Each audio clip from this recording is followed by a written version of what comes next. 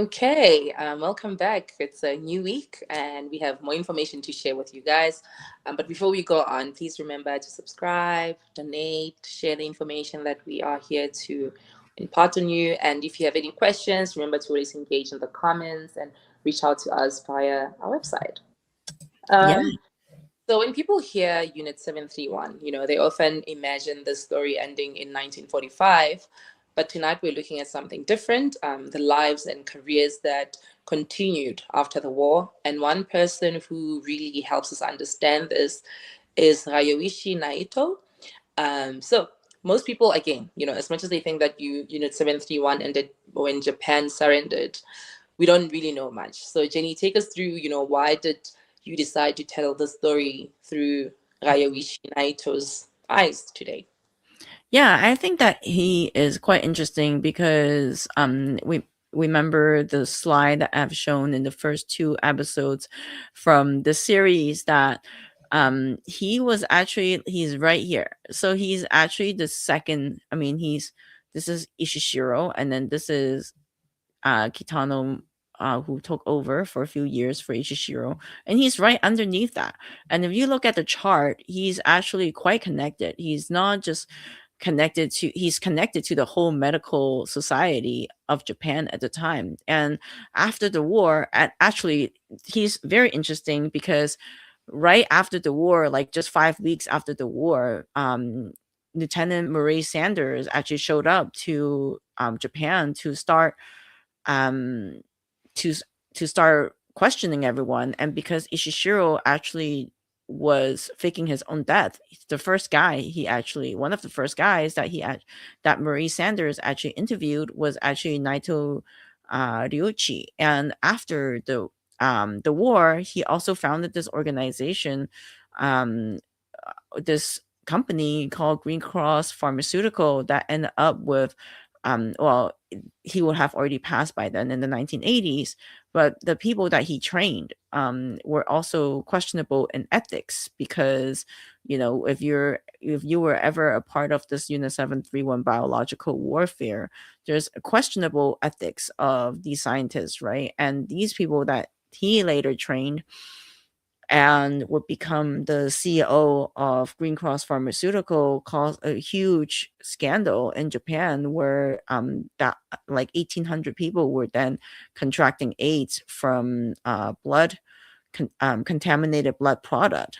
So today we're going to talk more about Naito because I think he is a very interesting character of Unit 731. He was knowledgeable, he was a part of the system, and even post-war, you can tell that he was still a part of this medical atrocities that had happened in Asia. So Okay. yeah. But okay, so who was Naito then before he became, associated with the Japan Blood Bank as well as Green Cross? Can you take us through that a bit?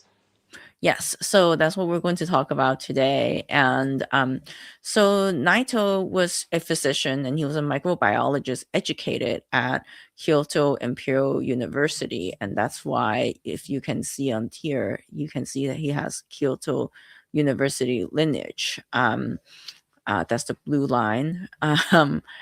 And he earned a doctorate for research and um, on bacteria studies and later traveled through Europe and the United States for research and information gathering. And we're going to go through those slides today. And after returning to Japan, he worked in the epidemic prevention research laboratory at the Army Medical College and actually became connected to Japan's military biological warfare system. Okay. I mean, obviously, this is really important for us, especially today's episode. We need to understand what happened during the war and what happened afterwards. So, who stayed in positions of influence and how those wartime networks evolved over time. Yeah. Um, so for And I also want to talk about this like professional involvement too. and biomedical atrocities. This is actually an article that was written by Sheldon Harris before he passed away. And it's a photo of these scientists in 1939, and it's a group photograph of Unit 731's leading scientists. And they were holding a banquet in Harbin. So it was not like some kind of secret society. They were holding like banquets and whatnot.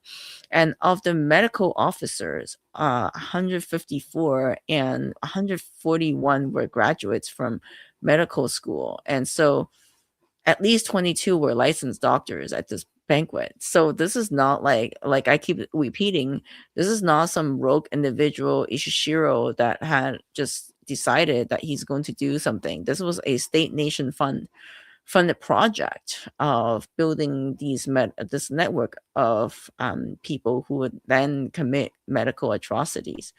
There were 4 pilots. There were also non-medical officers, of course, at this banquet. But you can tell that these are people in suits. These are people that are probably highly respected by others in society. And this shows like the network that I've been talking about. These are like not just some rogue individuals. These are state funded scientists. And like what I was saying, Ryoichi, uh, Ryoichi Naitō was actually he entered the Kyoto Imperial University's Faculty of Medicine in 1927 and graduated in 1931. And he completed his graduate study in Kyoto Imperial University. So these are people who like actually climbed through a bureaucratic ladder and earned like doctoral, from research. So they're like doing official research. And like Ishii Shirō, he also traveled to the West to conduct research and gather more information.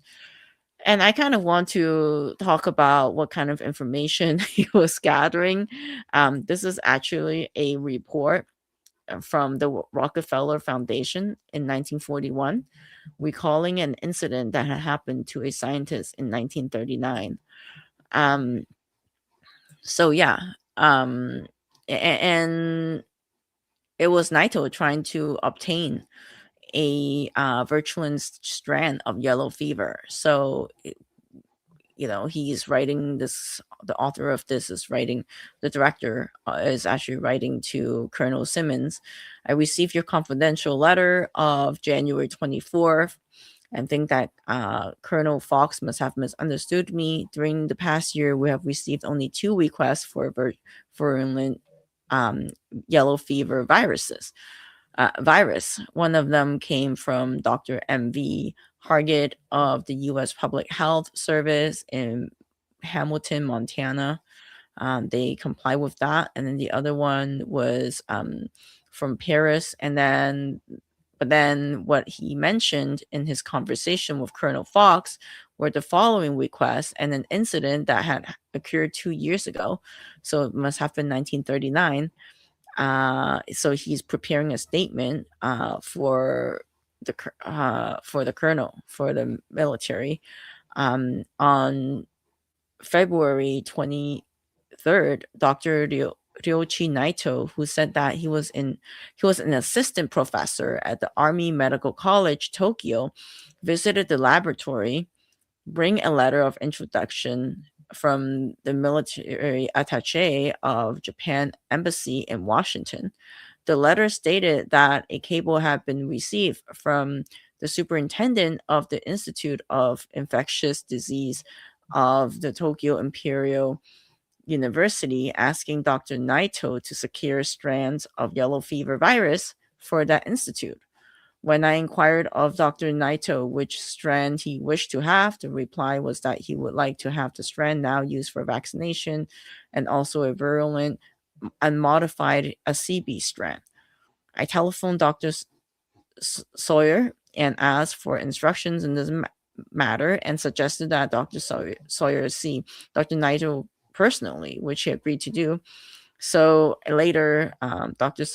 Sawyer telephoned him to inform me that he had declined to furnish the virus. So Naito was then declined for getting this virus. And after visiting Dr. Sawyer, um, Dr. Naitō returned to the institute and asked a number of questions dealing mostly with yellow fever vaccine. He particularly wanted to know where the vaccine was used in Brazil is prepared. I told him that it was prepared in a laboratory in Rio, and that was used in Colombia and Central America was shipped from the laboratory. And then he introduced Naito to Dr. Taylor, and this is when it gets interesting. Um, Now he thought he would be sent to actual field service in Manchuria. That Naito was going to be spending his time at the field service, and we all know that field service meant that he was going to go serve at. I mean, Unit 731 was located in Manchuria. Um, and then the next day, actually, someone was trying to steal this strand of yellow fever from the laboratory. It's actually a very interesting encounter where hold on, where he knew definitely this man just basically went and tried to still obtain the virulent strand of yellow fever from another scientist. He was actually when offering $1,000, a check for $1,000, and told him to sign the letter. And then an additional $2,000 when the material. And then the man increased the sum of a total to $3,000. So this man who was working at Rockefeller Institute, Glasunov, was actually being offered by another guy who may or may not be related to Dr. Naito, and they were trying to bribe him essentially from $3,000, promising $1,000 and an additional $2,000 when the materials delivered to him. But Glasunov told him that he could not get the virus because all virus is locked in the icebox. And the man suggested that he bleed an infected monkey, desiccate the virus, and deliver it to him. And which he assured Glasunov that he could do while working on Sunday without difficulty. So they couldn't get the strand of yellow fever legally and then through a proper channel. So then they were trying to bribe other scientists into getting the strand of yellow fever. And of course, I mean, this reads like we're in a spy novel, but it actually did happen. And the man grabbed his arm, told him to stay where he was without moving, and removed the ignition key to the car, putting it into his pocket and repeating that it would be for Glasunov's good to comply with the request. Upon receiving the final refusal, he slammed the car door, returned to his own car, which had the motor running, and drove off immediately in the southern direction past Glasunov's car. Like, who knew working at the Rockefeller Institute is this dangerous, that people would like offer to like steal strands of like virus and also try to like basically almost assault you, right? And then so anyway, so he returned home. And then he called his superior, obviously, and then his superior advised Glasunov to return home, get his duplicate key for his car, and come into the laboratory Monday morning. And so Glasunov, and we're not saying that this guy is related to Naito, but it's very suspicious that Naito reached out to Rockefeller Institute, asked for virus. Then later, the scientist was then offered a bribe and was almost like, harmed. I wouldn't say he was harmed, but then he was offered a bribe to get the yellow fever. I wouldn't say they're related incidents, but it's actually very suspicious that they're like within very short time period, and that multiple people had asked for this strand. And Glasunov described the man he met at 1:00 as being about 40 years old with a slight mustache. He wore a brown coat, brown hat and blue suit with red stripe. On the whole, he got a impression that the man was well educated, well dressed, and that he had a trace of foreign accent. Whether there was any connection between the request from Naito and the episode reported by Mr. Glasnow, we're unable to say. Nevertheless, the episode was investigated in detail by Dr. Fosdick himself, and he reported it to the State Department. And then they also sent a private detective for Dr. Glasnow for a few weeks. But then nothing more suspicious of a suspicious nature was reported. And then 6 months later, in August 1939, Dr. Sawyer received a letter from Dr. Miyagawa, director of Government Institute for Infectious Disease at Tokyo, stating that Professor Kobayashi would attend the third International Congress for Microbiology in September, and in 1939, and requested that we furnished him with yellow fever virus of the strand used for yellow fever vaccine. So again, they asked for this again. And this request was likewise refused on the basis of resolution passed by the Far East Bureau of the Health section of the League of Nations. And so I think this is very interesting because they did not approach Rockefeller Institute once or twice, but like 3 times trying to get this yellow fever virus, virulent strand of this yellow fever vaccine. I mean, of the yellow fever virus, and they were used for experimental studies.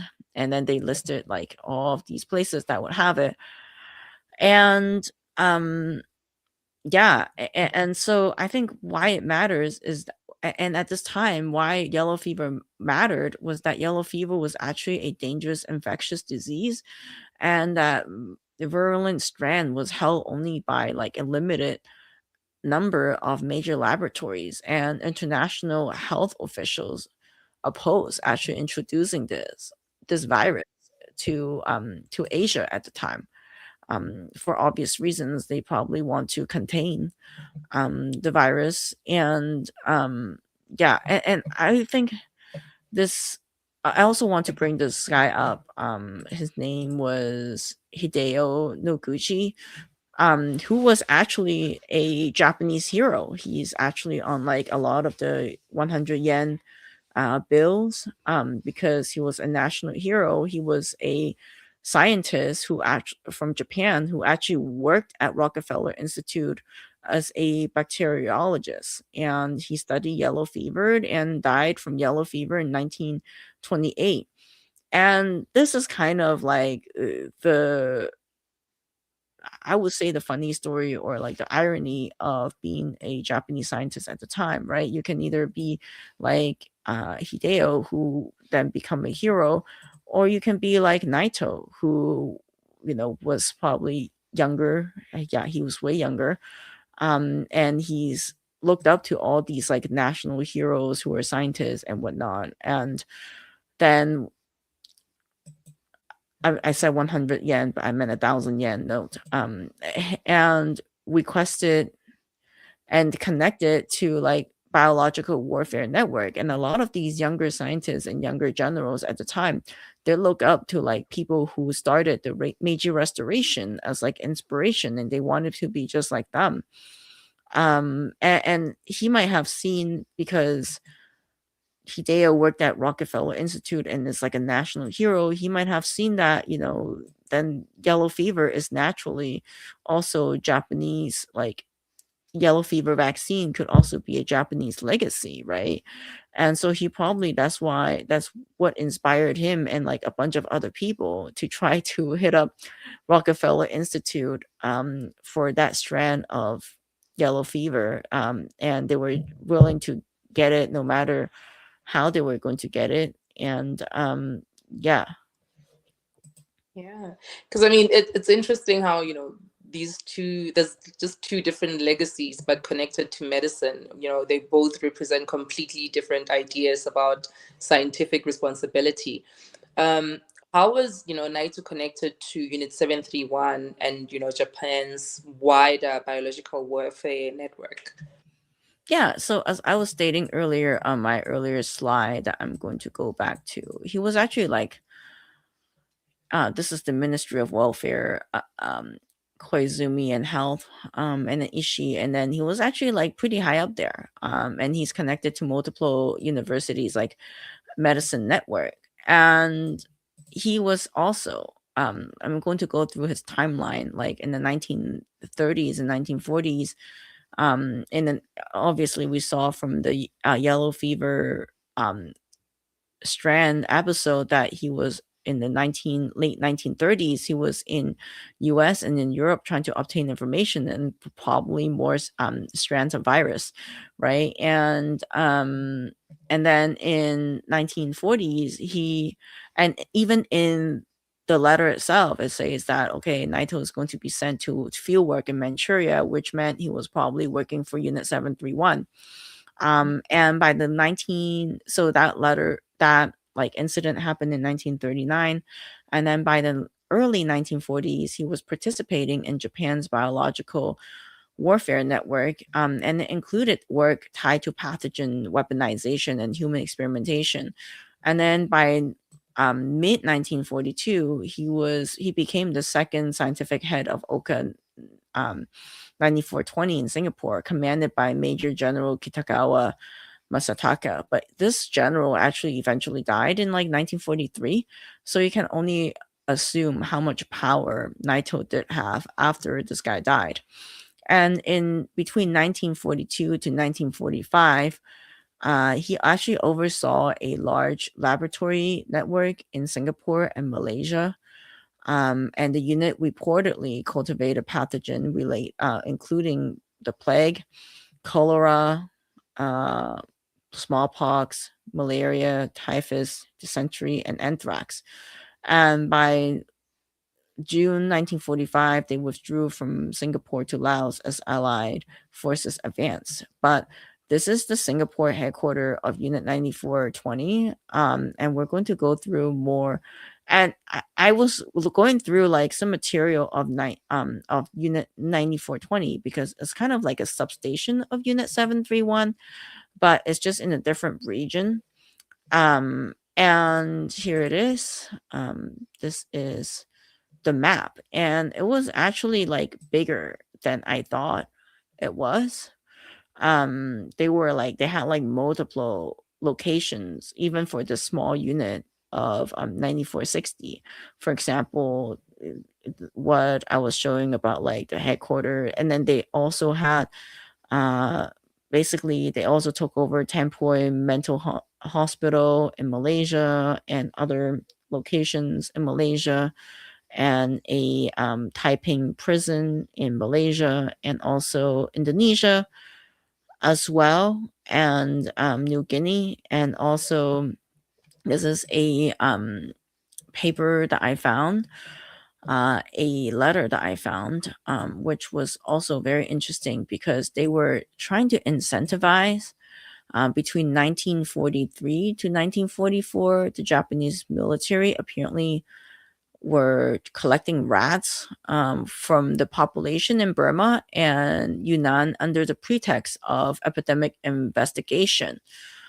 Subsequently, they bred and released the infected rats with the infected fleas for bubonic plague through epidemic prevention and water supplies unit like Manchi and Tengchon, causing an outbreak of the plague. And the plague spread then along Burma Road, affecting areas from Ruli to Dali, and then spreading eastward to Nujiang River. And it wasn't fully controlled until 1953, and it caused like 5,000 deaths. And here it is the letter about rats in Burma.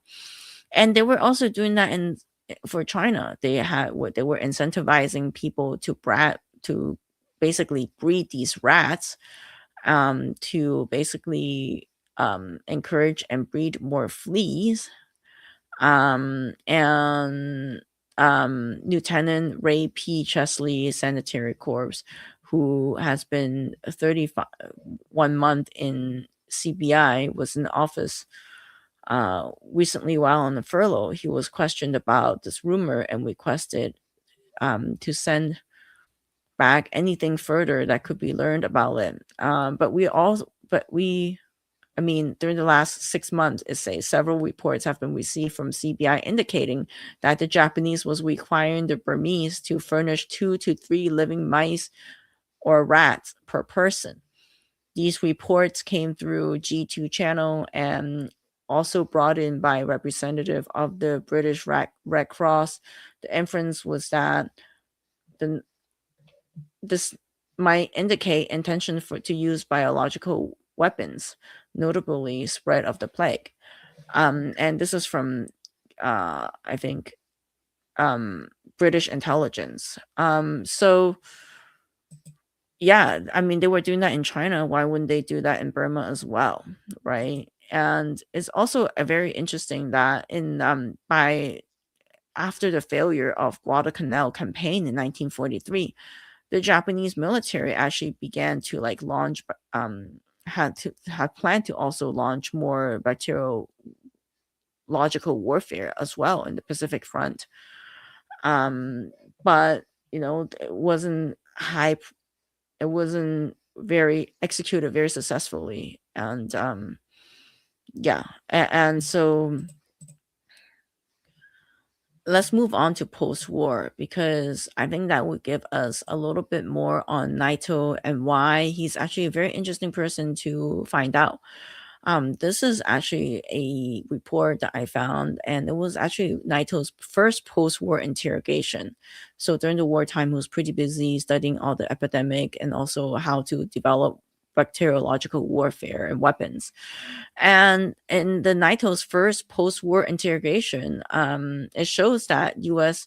investigators, Muriel Sander, actually only weeks after Japan's surrender, right? And Naitō was interviewed by Colonel Marie Sanders about Japan's offensive biological warfare program, and the report says that he's provided information on the program's history and also personnel and operations. And of course, Naitō was then tracing it back to Ishii, saying that Ishii's return from Europe in 1932. And at this point, let's not forget that Ishii had staged his funeral. So Naitō was the first guy that the occupation officers actually got to. Lieutenant Colonel actually got to. And he said that Ishii viewed bacteriological warfare as a potential weapon despite international prohibitions. According to the report, the Japanese War Ministry actually gave a dedicated biological warfare institute, funded it in 1937, and construction of Pingfong, which is the main headquarters of Unit 731 near Harbin, began that same year. And by 1942, the installation reportedly had about 1,000 officers, engineers, and technical workers. And this report shows that American authorities were collecting intelligence from Naitō in the first weeks of occupation. So they knew for a fact that that's what Japan was doing. And that's why they were so confident to even reach to Naitō, who was like, third. I would say he was like probably third in command at this time for Unit 731 and for the whole bacteriological warfare network. So yeah. Yeah, I mean, I was going to say that it's quite striking that, the war hadn't even been over for a very long time before the American investigators were already questioning figures like Naitō. So it goes to show that they already knew and they'd been watching them, or even were part of it, who knows. But right, because he was even the State Department got reports about the Japanese scientists trying to get strands of yellow fever and what else. They had a lot of intelligence in World War II. So by the end of the war, of course, they were like, okay, gosh, our enemies have been doing all these kind of research. We need to get to it before the Soviets get to it. Mm-hmm. So, and then what did, Naitō tell Murray Sanders during the October 1945 interrogation? Yeah, so it's he basically lied about a lot of like things. They who was saying that, he's they were only doing defensive work and they were doing vaccines and whatnot, but we can tell that he they were also doing, offensive activities. But according to the Murray Sanders report, Naito discussed the program's origin, personnel, and also like offensive activities, but not to say that he told the whole thing. A lot of the report, he just basically lied about what they were doing. And then he, of course, traced it back to Ishii Shirō, returns from Europe, and also described the creation and expansion of Pink Font installation.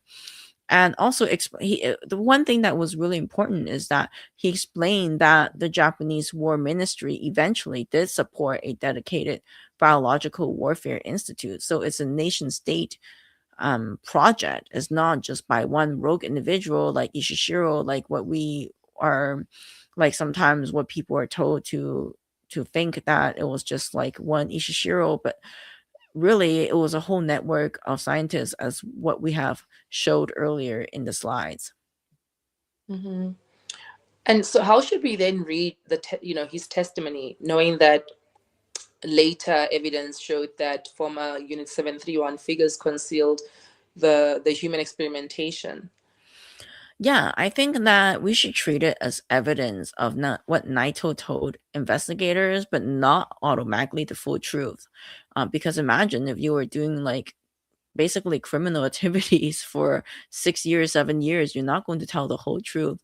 And he also had a strong reason to minimize criminal activity and separate the program from human experimentation. Like, and in fact, a lot of the evidence indicated that a lot of these scientists and whatnot that were then interviewed by occupied like scientists, they were trying to conceal major parts of the program. And so I think the interrogation in this report is valuable, but I think it needs to be read critically. Yeah. And I mean, as historians, obviously, you guys face a lot of challenges, because how do you then interpret testimony when you know that people may have had, strong reasons to hide the truth?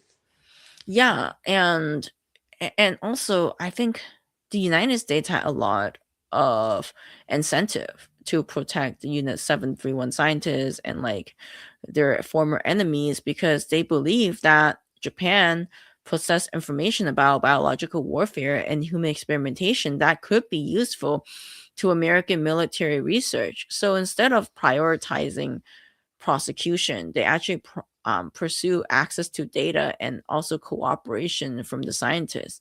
And in turn, then they can get like report experimental finding. Like even Norbert Fell, who later was an investigator, was like, we can't ever do this in the United States or any other country. So let's just buy this. This is a great deal for like technical knowledge and also information about pathogens and delivery system and also effects of biological agents. And I think I want to also talk about like what happened to Naito after the war. So after the war, he actually founded Japan Blood Bank, which would later become Green Cross Corporation. And he so after the war, after he was dealing with investigations and whatnot, and he actually was then in the 1950s, he was able to establish a whole company and develop into an important pharmaceutical and blood products company. Hmm. And, what did the United States, believe it would gain from the immunity arrangement?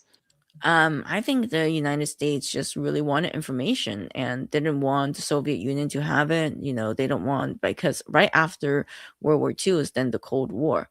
So they don't want these like scientists to go out and like tell their enemies what their findings, right? So I think that the moral problem then is now but then the moral problem is, okay, this knowledge actually was obtained through atrocity. So then the arrangement kind of treat this victim's suffering as more like valuable intelligence while denying the victims of justice.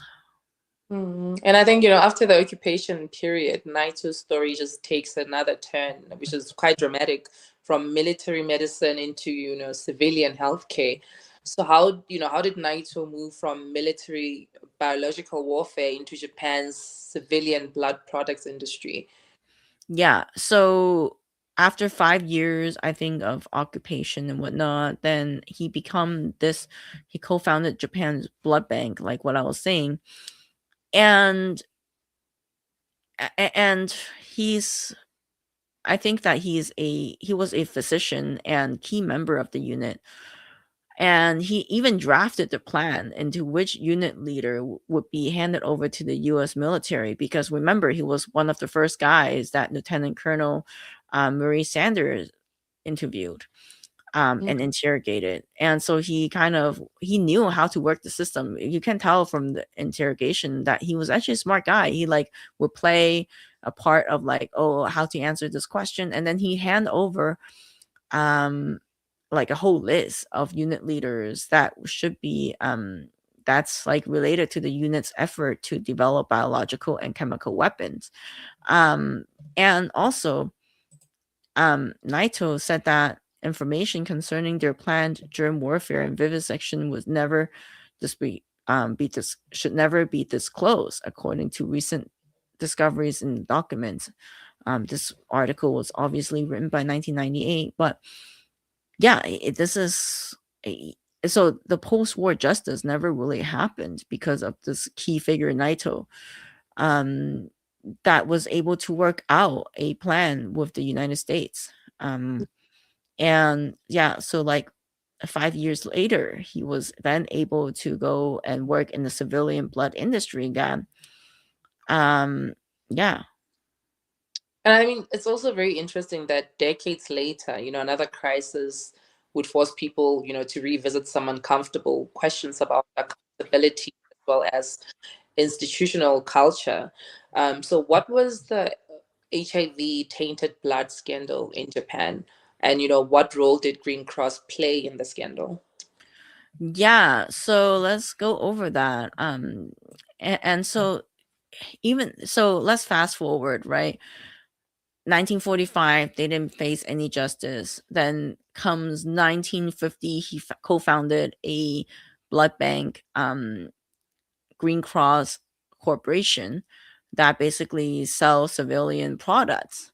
And then by the 1970s, most of the former members of the Japanese biological warfare units had already died or retired. But Sheldon Harris actually wrote in his paper that they had already trained their successors, like former biological warfare personnel, then enter universities, pharmaceutical companies, medical institutions, and the Japanese National Institute of Health. And so then it comes to like medicine, industry, and public trust. Harris actually criticized Japanese National Institute of Health for placing pharmaceutical interests ahead of public health. He pointed to controversies, including delayed distribution of polio vaccines, mandatory childhood vaccination programs, vaccines linked to serious side effects, and the use of influenza vaccine that he described as untested. And this was happening like in 1970s. And so from the wartime immunity to the Green Cross scandal, Harris wrote that Japanese health officials were warned in 1982 that blood products could transmit HIV. He argued that the contaminated products continued to be approved until 1985. And the result is what became known as the Green Cross scandal in 1997, because of all these scandals that were actually later in Japanese National Institute of Health, that they even had to change its name to National Institute of Infectious Diseases. after years of being in controversy, because what had been happening in the Japanese National Institute of Health is that they had all these war criminals that never faced justice. They had this whole culture of not being accountable for anything that they did. I mean, if you are not accountable for developing biological weapons and like decades, I mean, and like doing research for with like doing vivisection and doing like human experimentation, and you're not prosecuted for that, and you have already crossed the ethics line, then what is going to stop you? And so then that's why when they escaped justice and didn't face any consequences, they became a part of this Japanese National Institute of Health and created so many scandals that they actually had to change the names. And even I would say that even decades after the war, population, like civilian populations in Japan, were then was then getting being victims of these scientists who kind of went rogue in the war and came back and continue to make public health decisions that are actually not healthy or not safe for the population. And this is from Nature magazine in 1998, and talking about this AIDS scandal, because they were selling blood product that were containing non so fury has erupted in Japan over the contents of a tape recording of the first meeting held by the health ministry's AIDS study panel. The recording reveals that ministry officials were aware as early as 1983 that non-heat treated blood products used to treat hemophiliacs may have been contaminated with HIV. Failure of the government and its scientific advisors to halt the use of such products led to more than 1,800 contracting HIV during the 1980s, of which 400 had died from AIDS. And so then there's like last month of trial of former official Ministry of Health and Welfare, who was also charged with professional negligence in resulting in death. So even decades later, their scientists and their network of scientists were still going rogue and didn't really follow any guideline, right? If you think about it. So by not being prosecuted for war Yeah. crimes, it created this whole culture of not being held accountable. And there's like, even in 2000 they were talking about how former drug executives accused of selling blood products tainted with the virus that caused AIDS were convicted Thursday and given brief prison terms, and conviction were first in a wide-ranging tainted blood scandal that shocked Japan. Powerful bureaucracy and pharmaceutical industry in the 1980s. Had they actually prosecuted the scientists from like war crimes, I think this wouldn't create this culture of like just doing whatever you want, right? And and be forgiven later. I mean, at this point, obviously Naito has already passed away, but it's that culture of like getting away with things and not facing justice that actually led to a whole other problem of, like, for example, selling unheated clotting agents known to carry the risk of infection with HIV. And like, this is actually a guy who was infected, Ryohei Kawada, and was one of the plaintiffs in the civil suit against Green Cross, and said the punishment was insufficient. He cannot but feel anger. I mean, I would too if I was, you know, tainted with some HIV, fused product, because of this culture of not being held accountable for, I mean, pharmaceutical companies not being held accountable for their actions.